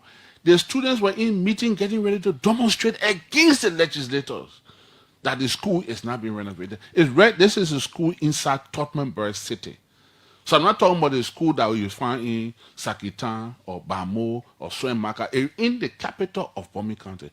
So the pressure, Julius, that we undergo on a daily basis, if you and I will get outside now, and it's a cabinet minister and a legislator, you will see the pressure. So our people expect so much from us. Our system of government has changed to the extent where expectation of the lawmaker, nobody here, including you, won't believe they'll still believe today that lawmaker are making 15,000 now. But you open the line and say, oh, you're making 15,000 now. Granted, it was 15,000, which is not true. It's about half of that amount that we make. But people believe that salary of yours belongs to the people. No matter what you do, if you don't give other salary, you can get a salary plus more, or else you are nothing. So it's a lot of pressure that comes on the job. But again, maybe because allow our fight together, allow our fight to stay there, people think that, to whom much is given, much is expected. So you also got to understand that side of it. This is the OK Conversation on OKFM 99.5. Senator Amara Conen. One of the biggest fights of a generation is the illicit drug fight. From administration to administration, it has grown into a very serious Achilles heel. Where do you people stand on this illicit drug fight, especially the recent bust of 19.2+ million US dollar cocaine at the airport? Thank you. First of all, before I answer your question, I just want to thank Senator Snowe for accepting for us to partner on this topic through a letter we put on the floor today to our colleagues, calling their attention to this matter and raising an urgency to the extent that immediately our colleagues, motion that we should have a debate. The debate was spirited under the able leadership of our pro temp, this dynamic pro temp. And then at the end of the debate, clearly it was clear that this was beyond partisan politics. This is a national crisis that we need to tackle together. And the floor agreed to summon the Joint Security Task Force tomorrow at 11 o'clock to answer questions that have arisen, in relation to this issue. The drug crisis is a national crisis. It was a big campaign issue in 2023. Back then, it was Kush must go, Kush must go. We appreciate the effort the president and his national security team are making on the fight against drugs, but it's not sufficient. Especially in this case, when you have almost a month investigating one case, and official video footage, documents, and so on and so forth are leaked through the media and social media, commentators, then you begin to wonder who is doing the leaks. When the legislature has not been fully briefed, everything we know is from what we see in the public domain. The two of us are on the security committee. We've been demanding in our chat room briefing from the security team. They came once, and they just told us about persons of interest, the same public information they put out. But outside of that briefing, you begin to see official, not unofficial leaks to the media and so on. So you were talking about oversight just now, the way our people view us. This is what we were elected to do, to help the president govern the country better. In the event we see something going wrong in the executive branch, because they are the implementing arm of our government, then we provide oversight, we intervene in a way that we can get things moving. So today, our letter was well received by our colleagues. Tomorrow, we encourage everyone to follow the conversation tomorrow. And hopefully by the end of this week, we should get to the bottom of this matter. But this matter is something that the Liberian people are watching. They watch us. They watch the LDA when they make the announcement. They are watching all the leaks. All kind of names are flying out there, in the corners about big hands being behind this. It's about time that we tell the Liberian people who actually is behind the cocaine. And it's not just about the cocaine being intercepted when it was about to leave the country at our international airport. The question also must include how did they get into our territory. Senator Snowe, yes, both of you wrote the Senate a letter. I have it here. Because of time, I may not want to read the full thing, but it is titled Request for Plenary Intervention and Independent Investigation into the Reported $19 million US drug seizure at Rabos International Airport. What does that mean? Also, let me thank Senator Conan for partnering with me. I'm partnering with him in doing this communication to the Senate. And what happened today, which we again want to thank every senator under the dynamic leadership of Senator Yomi Kanga-Lawrence. So the rules in the Senate, if you place a communication on the floor, the communication is read and you're given at least 2 minutes to expand on your communication. Today, because of the importance of that subject that Senator Conan and I raised, the Senate rule was suspended, and that letter was open for general debate, where every senator took part. We even had LEC. LEC was to make a formal presentation today about the national growth in the country. We had to put LEC up for tomorrow with the security team just for the Senate to deliberate on that issue. So the entire Senate, Senator Dillon spoke so passionately, as you know, he has a rehab center. Senator Amara Conan spoke of all of us, including me, who have family members of our families who've been affected by drugs and all of that. So the discovery was made on June 8th. On June 9th, it was announced to the country. Julius, maybe I say you remember the Security Council, but all I've been seeing everything on Facebook. What of those leaks are intentional leaks for distraction, or they are leaked from leaks? Because the Senate invited the national security team in closed doors, and they gave us preliminary briefing. Now, one senator, as a politician, had come on the radio and say, this was what the briefing we got from the security team. But a national security investigation is going on. And we're seeing it, we're watching it on social media as though it's a sermon being preached in the church or sermon in the mosques. It's being published. It's being in the public domain as if something is wrong somewhere, Julius. Something. And I think what the government has done, the national security team has done, and like Senator Conner has said, this is not about blinking. One of the strongest speakers on the floor today was Senator Daba Vabla from Grand Cape County, vice chair of the Unity Party. So it had nothing to do with politics. It was a bipartisan debate today. We did not come to point fingers at anyone. But we want to say to the national security team, you've built more suspicion than helping to resolve this matter. You go and say, you can't name personal interest. 2 days later, you start calling Tessie Drower, scanner pressing, we're arresting Tessie Drower. Then the owner of the cargo facility at the airport, the 2 brothers who I know well, people that I know, and I have no reason to question them, but the security people didn't help the situation. You call one of the brothers' name as personal interest. Then he lands in the country, he says, he voluntarily turned himself over to security. So he's free, he has his telephone, he's moving around, but he owns a facility that the law, the drug law that we passed in the Senate is that if a cocaine is drug caught in your house, we should even sell that house and get the money out to the government or to fight drugs. So somebody has a facility like this, and he said, he came in the country and he voluntarily turned himself over and he's cooperating with the investigation. Are we serious? Whereas we wanted other people who... Thank you. We're putting people in the back of pickup here, or Musa Berete's son in prison, what the other musician name, Bucket Rail, or Patrol in the back. Today, someone sent us a video in the Senate chat room where they went to arrest a woman for drugs or something, and the woman is naked. She's being arrested.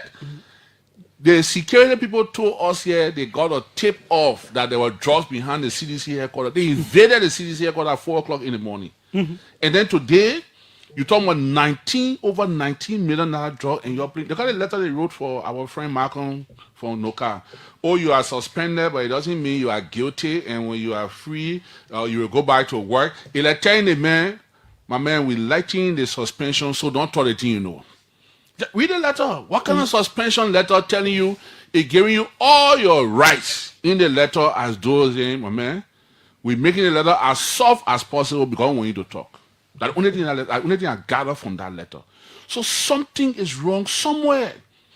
And we are calling on the president. You have big ears. You are security committee member. You are all kinds of committee members. You have international links and understanding. That is why. You may know more than we know. What do you know? I know what they know.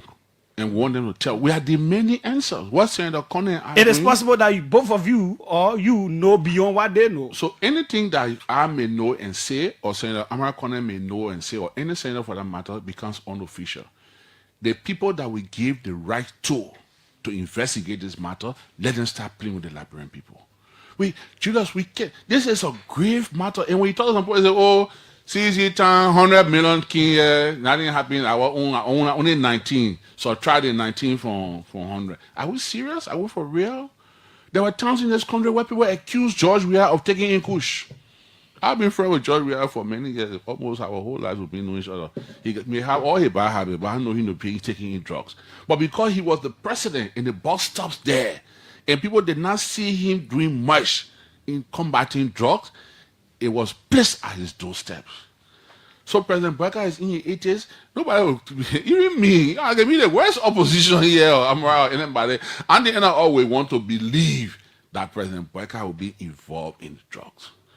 But the way the national security has handled it, if they come tomorrow now and arrest 10 ordinary Liberians, nobody will believe it. You say there was money deposited at the bank. And you can get off CCTV footage or who deposited the money or the bank slip and arrest the person. You say the address from where the drugs came from is a building on 20th Street. We know who occupied that office. Members of the first family are occupying offices in that building. And the building has not been declared a national security or threat or area of interest. It's a free area. Nothing has happened there.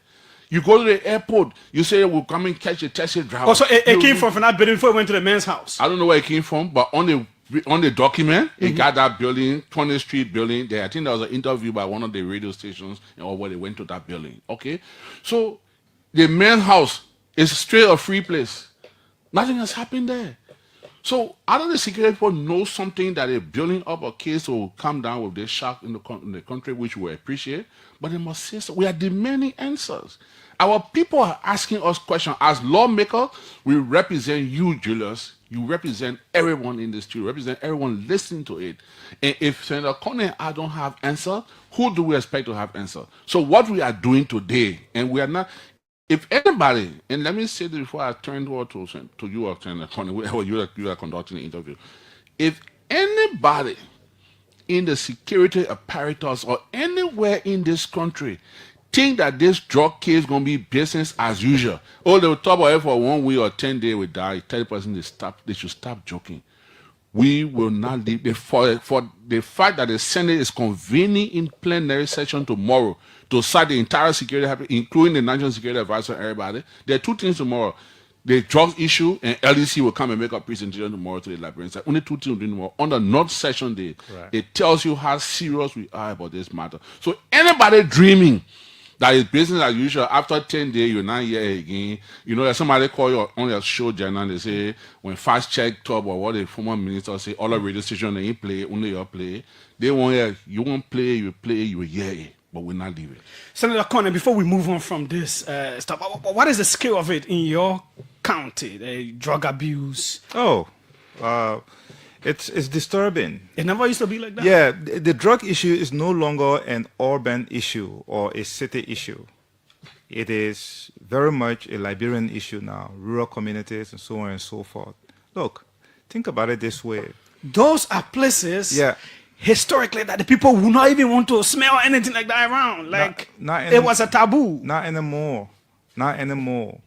So the people who are doing this, you know, are spoiling our children across the country. And the thing about drugs is that once you get addicted to it, you will do anything to get it. And that creates the demand. And once the drug dealer knows that there's a demand, after they get you hooked, they will always find a way to supply you. So it's a moral economics thing that we are fighting here, which is very difficult. But in this particular case, the president gave a statement on at the onset of this investigation. He was very strong. He said they will go after anybody. Well, Mr. President, 1 month later, nobody has been arrested. I think it's about time for you to hold your security team accountable. Julius, let me just say this on this subject.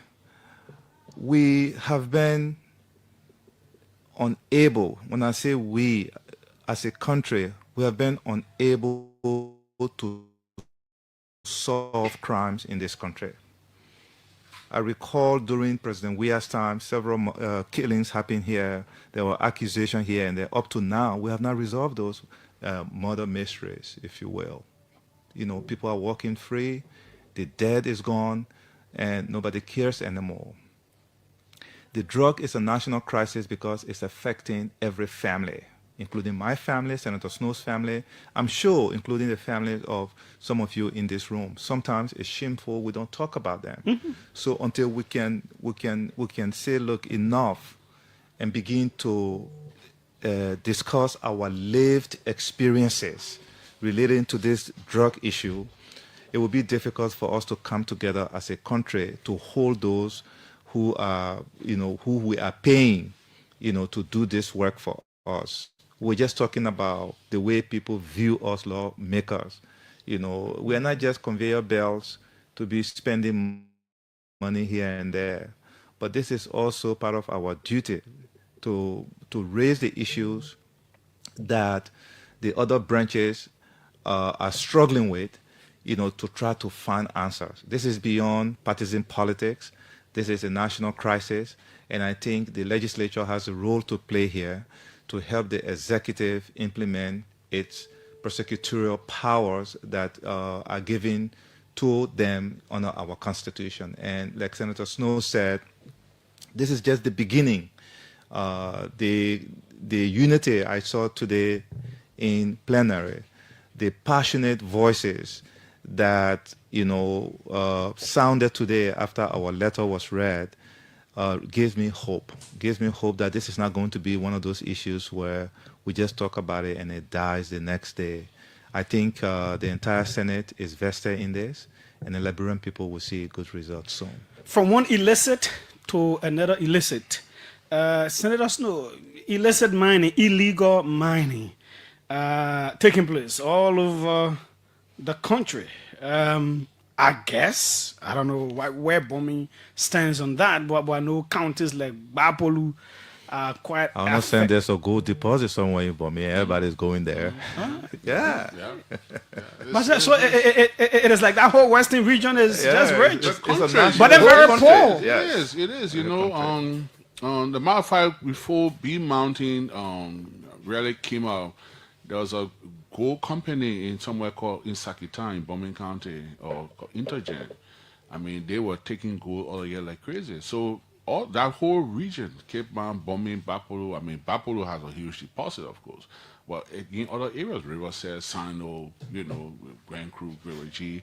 So Liberia is rich. We just need to do the right thing, I think. But that task force is welcoming. What I like about the task force, Julius, maybe that most people haven't caught. There are three names in the task force that I've pointed out that are hungry to make a difference, hungry to prove themselves worthy of the responsibility. So, for example, our good friend Ebi Kroma, who was at the DA, he fell off with his honorment. He got dismissed or replaced by the president. Then Ashford P. I mean, most of us around know Ashford P. From Madam Sharif days. He strongly supported President Boykai re-election along with Jay Kabakoli. Since the government took over, he has been pretty much left out. Nothing has happened for him. He's now reappointed. I'm sure he's going to fight to redeem, whatever doubt or whatever delay his appointment. And most importantly, Tano Kesali. Most of you may not know Tano Kesali, but Tano Kesali was that security guard that was assigned to President Boykai when he was in the opposition as former vice president. It was that security guy who, when the president was speaking on inauguration day and was falling, the guy who got him from the back and called the two security to come. Was it the one who was it dismissed or suspended? Thank you. Yeah. So in the first few months of the presidency, he got into trouble with the president. He was suspended. So for all this period, over almost 2 years, he'd been with our job. I mean, things have been very tough for him.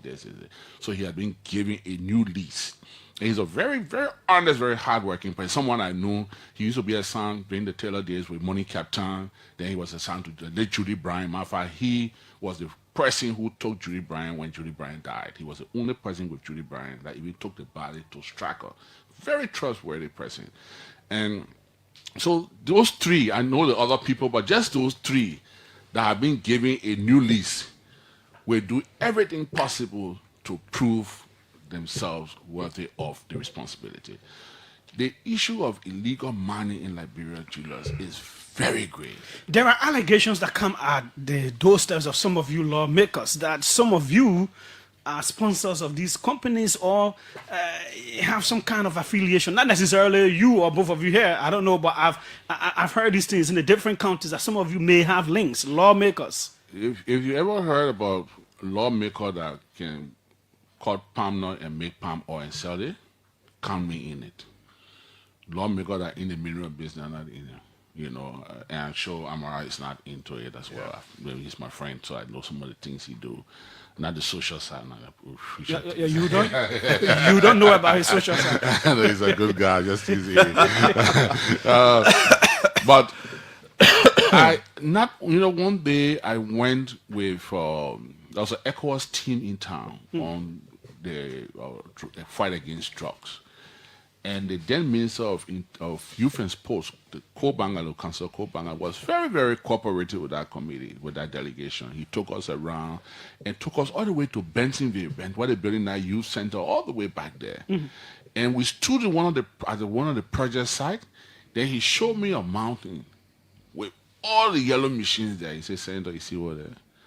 Almost all the machines there, so your colleagues and so lawmakers are doing this thing here.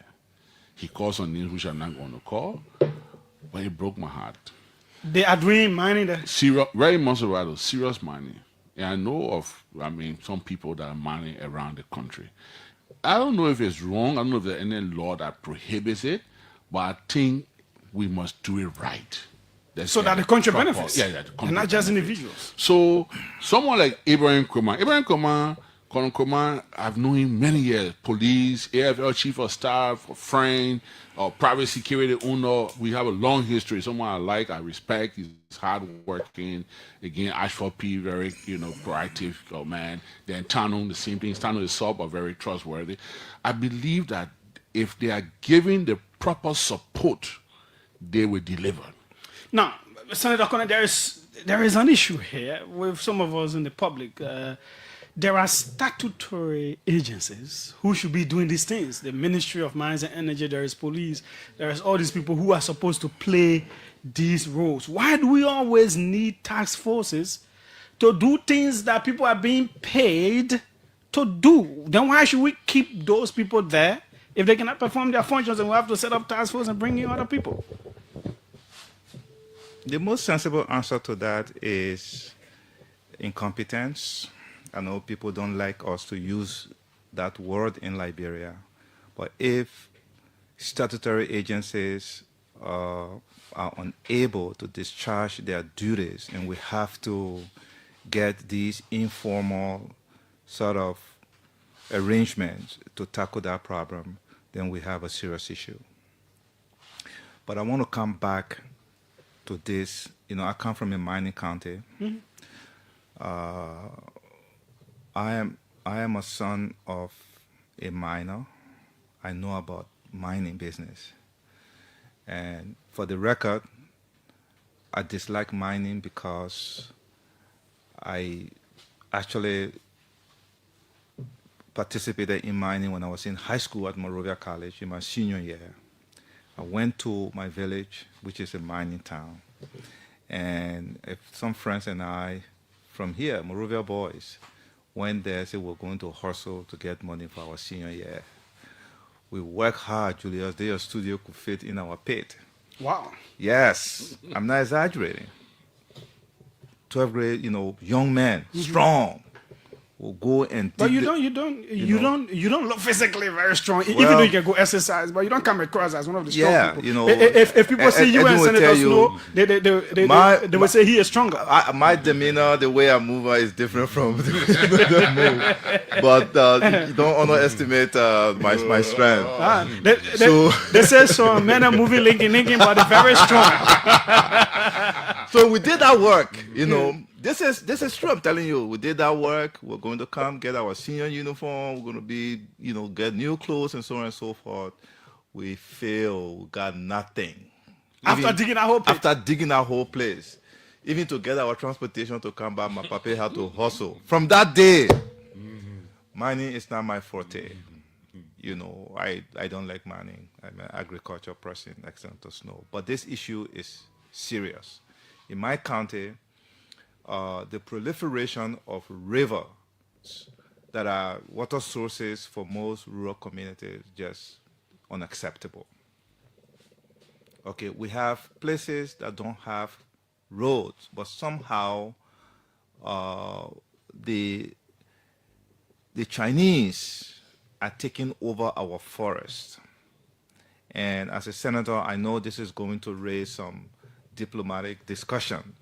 But I must say here, you go on our, in our forest, you see a lot of Chinese with their Liberian enablers backed by people who work in the same building that Senator Snow and myself work. It's clear. We see them in the building. And then the next group.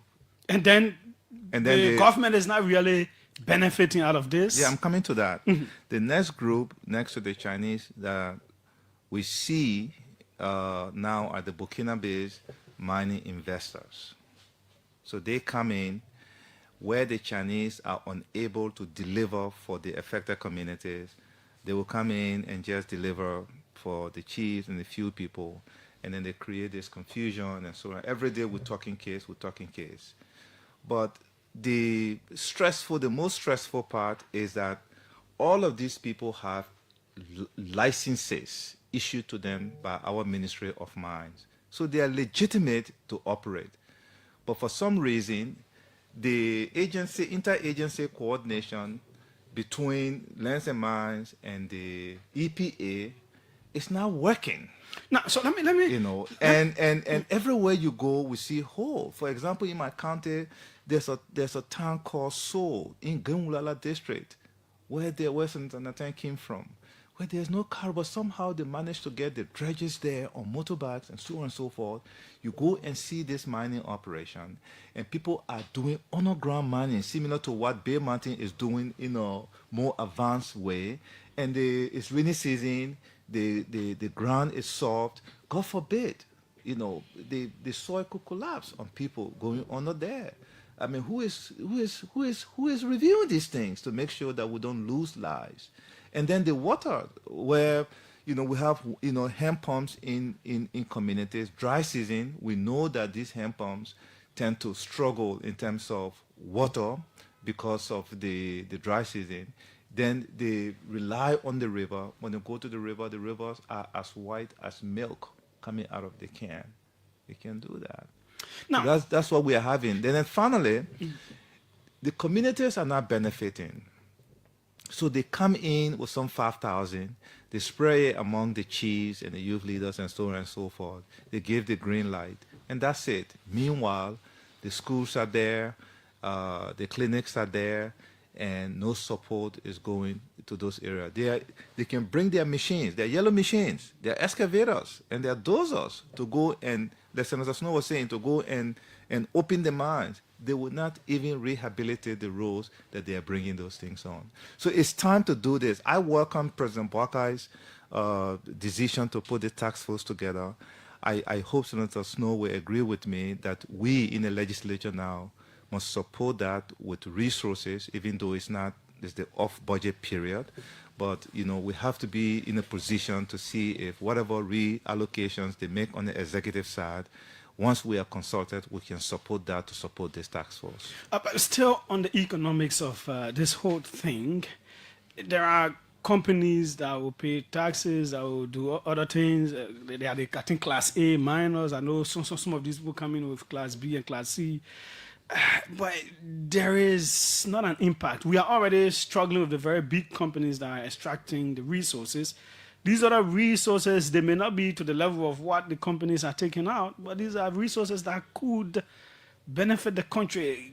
Do you think there needs to be some kind of conversation, some kind of review of everything that is happening with our resources in the country as others are doing, so that no matter who goes where, we are benefiting better than we currently are? I do. I believe that conversation is long overdue.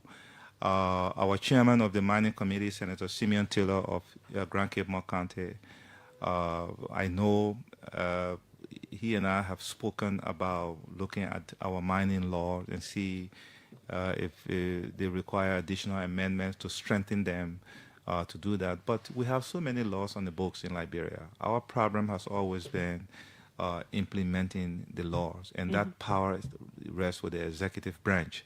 I have to mention here that the Minister of Mines, Minister Tingler, is very responsive. We're not happy with what's happening in the sector in our county, but I have to say that he's responsive, plus his deputy Hines, I think deputy for operation or something. Yeah, he's the one responsible for money. They are very responsive. I have communicated with them on many occasions to get updates when there were suspicious mining activities happening, and they will provide me with the right information. In fact, the minister went to my county, and it was after his visit, which was public information, that he went to cabinet and proposed a task force to curtail, to deal with this illicit mining. So we appreciate that. But the fact that the agency responsible for this, where they are giving licenses for the same place to different people, I mean, I'm not making this up.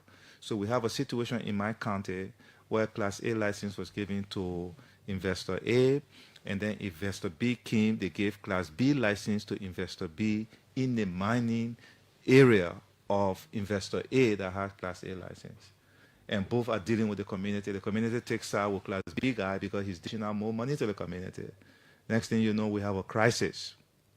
So we as lawmakers, my senior senator and I, had to convene a meeting with the paramount chief, the youth, and so on and so forth. We marched to the Ministry of Mines, and we realized that the Ministry of Mines made a mistake by issuing the 2 licenses. Now, besides the environmental consequences, besides the lack of support to support institutions in these communities, we're also talking about conflict, potential conflict among citizens because of the way we are issuing these licenses, and we're not scrutinizing these investors. So this is a serious problem, and I hope that Mr. Krumah, I want to congratulate him and the rest of the team on that task force. I hope they will put their egos one side and come together to protect our country's interests, and they can count on our support in the Senate to achieve that. This is the OK Conversation on OKFM 99.5. 2 senators, Snow and Corner, here with us, talking some of the very important issues affecting the country. Before we go to electoral reform, where we will spend some time too, TIA agreement has been before the legislature. Where do you all stand on it? What do you? Because I am told by some people who understand these things that it is another place the country was benefiting some money, but a very confusing thing happening there in that sector. Senator Snow. So just before TIA, like we close on the mining issue, a few days ago, the former Minister of Mines was on a talk show, Spoon TV, and he informed the Liberian people that there was mining license issue in Lofa in a river, the Makwana River. Makwana River. Yeah. And that's why the Guineans where they are today. We again have decided that the Senate will either invite the minister to give us additional information or verify that information, because if that's one of the reasons why today we're having crisis, or not, if I won't say crisis, but we're having something like an invasion. The Guineans coming on our side of the border is grave. So if like the ministry mistakenly, my words and the Connell's word, mistakenly gave 2 licenses in the same location, the same area to 2 companies, if there was a license given in that river that have caused some of the confusion today, we need to know who the license was given to. We can't like in the drugs case where we can't find personal interest, we can not find personal interest to who the license was given to go mine in the river that apparently went on the Guinean side, and now they're I think we know the name of the company that was mining sand. We want to know the owner of the company. Now, Minister P didn't say sand. He spoke English on the radio. He said mining license was given to a company to go and mine in the river. It's a serious thing, Julius. We can't keep sweeping things under the carpet. Look, NPO says you retire being government long. I know that sometimes there's a tendency of suppressing some news. When the news comes out, you want to do, then you overnight you say, let's kill it. You gotta kill the story before you go to bed. You gotta do that, you gotta do that. We can't continue to kill all the stories. But the other story hasn't died. The story is still living. Really? The women pay on? The one pay story got too many sectors. So it got too many layers. Yeah, too many layers. So the other layer, same we're talking about mining business. Let's bring the other layer or two. Who issued the license? If it is true. If it is Correct. true. If it is true, who issues the license? Almost plunged 2 countries to war. They almost plunged 2 countries to war. There's conflict today. We all were trying to bury it, say, oh, things at the border normal, nothing happening. But we all know the truth is, and sometimes truth telling. Just give me 1 minute on this.